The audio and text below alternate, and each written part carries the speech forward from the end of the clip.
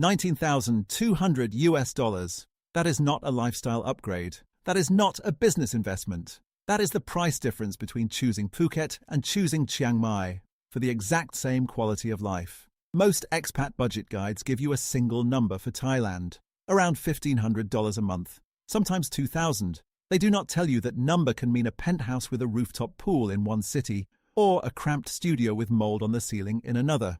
This video gives you the actual breakdown, city by city, category by category in 2026 baht and dollars, so you can make a real financial decision. Let us put the stakes on the table immediately. A single expat living comfortably in Chiang Mai in 2026, with a decent apartment, a scooter, eating out most days, and a reasonable social life, spends somewhere between 32,000 and 42,000 baht a month.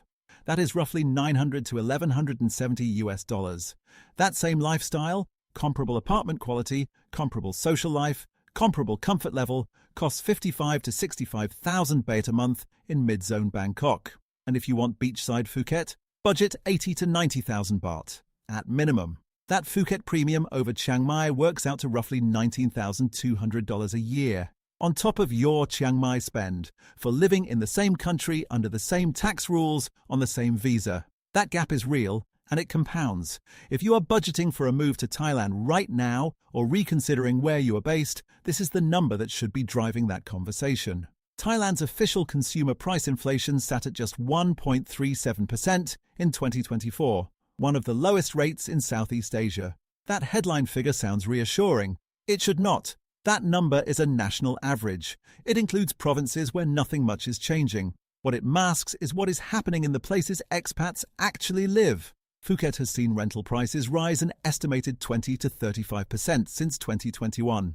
That is not the annual rate. That is the cumulative post-COVID reset. Tourist demand returned faster than housing supply could respond. Short-term rental platforms absorbed a large share of the existing stock, and landlords repriced accordingly. A one-bedroom near the beach in Patong or Kata that rented for 15,000 baht in 2021 now asks 20 to 40,000 before utilities. Bangkok's central corridors, Sukhumvit, Silom, Sathorn, tell a similar story.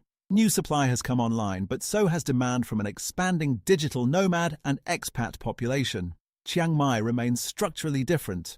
The city does not run on tourism the same way Phuket does. There is no beach premium.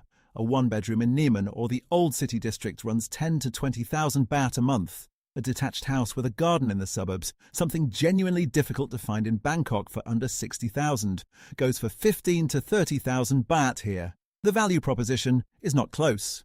Now for the mechanism that most budget guides completely ignore. Electricity.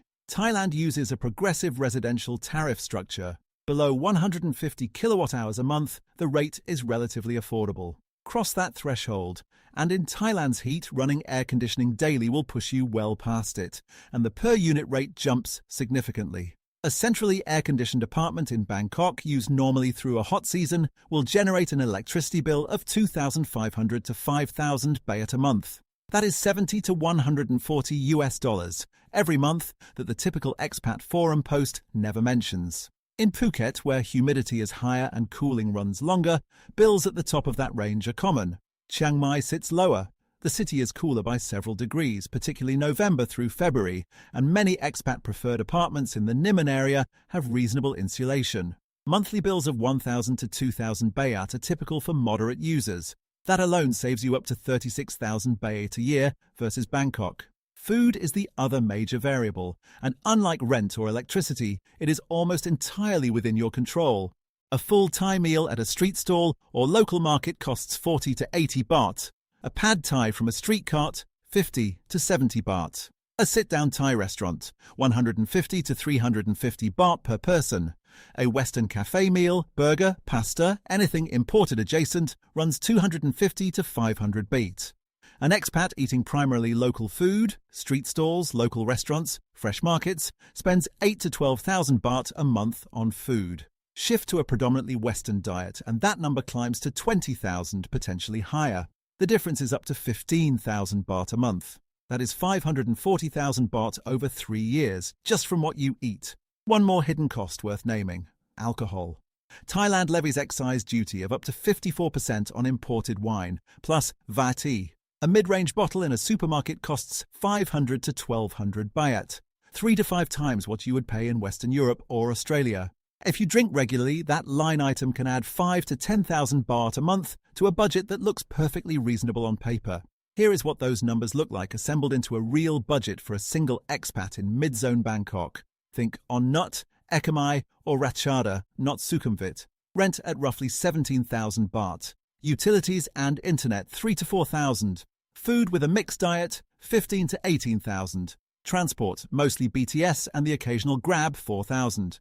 Health insurance and occasional out-of-pocket medical 6 to 8,000. Social and lifestyle 6 to 10,000. Total, roughly 55 to 65,000 baht, around 1,500 to 1,800 US dollars. On that last point, healthcare. Thailand's private hospital system is genuinely world-class at a fraction of Western pricing.